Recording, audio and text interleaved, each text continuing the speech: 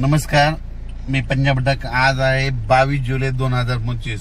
धाराशिव जिल्ह्यामध्ये पाऊस कमी होता, तर काल धाराशिवकडे गेलो होतो, तर तिथल्या शेतकऱ्याला तिथं आनंदाची बातमी दिली, तुमच्या धाराशिवला देखील पाऊस येणार आहे। त्याच्यानंतर बीड जिल्ह्यात देखील गेलो होतो, कडाष्टीकडे, तिकडे देखील सांगितलं की बीड जिल्ह्यामध्ये देखील पाऊस येणार आहे। तर बीड जिल्ह्यामध्ये रात्रभर पाऊस चालू आहे। त्याच्यानंतर जालना जिल्ह्यामध्ये रात्रभर पाऊस चालू आहे। परभणी जिल्ह्यामध्ये रात्रभर पाऊस सुरू आहे। नांदेड जिल्ह्यामध्ये रात्रभर पाऊस सुरू आहे, 12 तास झाले सारखा पाऊस चालू आहे। हिंगोलीकडे देखील पाऊस चालू आहे। त्याच्यानंतर यवतमाळ म्हणजे बुलढाण्याकडे देखील पाऊस, जालन्यात देखील पाऊस चालू आहे।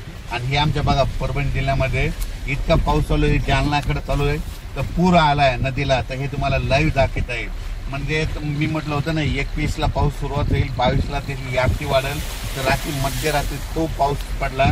आणि हे पाहू शकता आता या ठिकाणाहून राज्यात। परत सांगतो की राज्यामध्ये 21 जुलै, 22, 23, 24, 25, 26, 27 तारखेपर्यंत राज्यात जोराचा पाऊस पडणार आहे।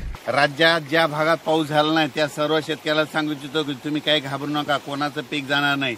तुम्हाला एक सांगू इच्छितो, ज्या भागात झालं नाही त्यांच्या भागामध्ये आज 22 तारखेला, उद्या 23, 24, 25, 26, 27 तारखेपर्यंत धुळे जिल्हा, नंदुरबार जिल्हा, जळगाव जिल्हा, नाशिक जिल्हा, लासूर, त्याच्यानंतर शिर्डी, कोपरगाव, त्याच्यानंतर इकडं संगमनेर तालुका, त्याच्यानंतर इकडं राहुरी तालुक्यामध्ये, त्याच्यानंतर इकडं 2 तालुक्यात, म्हणजे ज्या भागात पाऊस पडलेला नाही तिकडे देखील पाऊस पडणार आहे।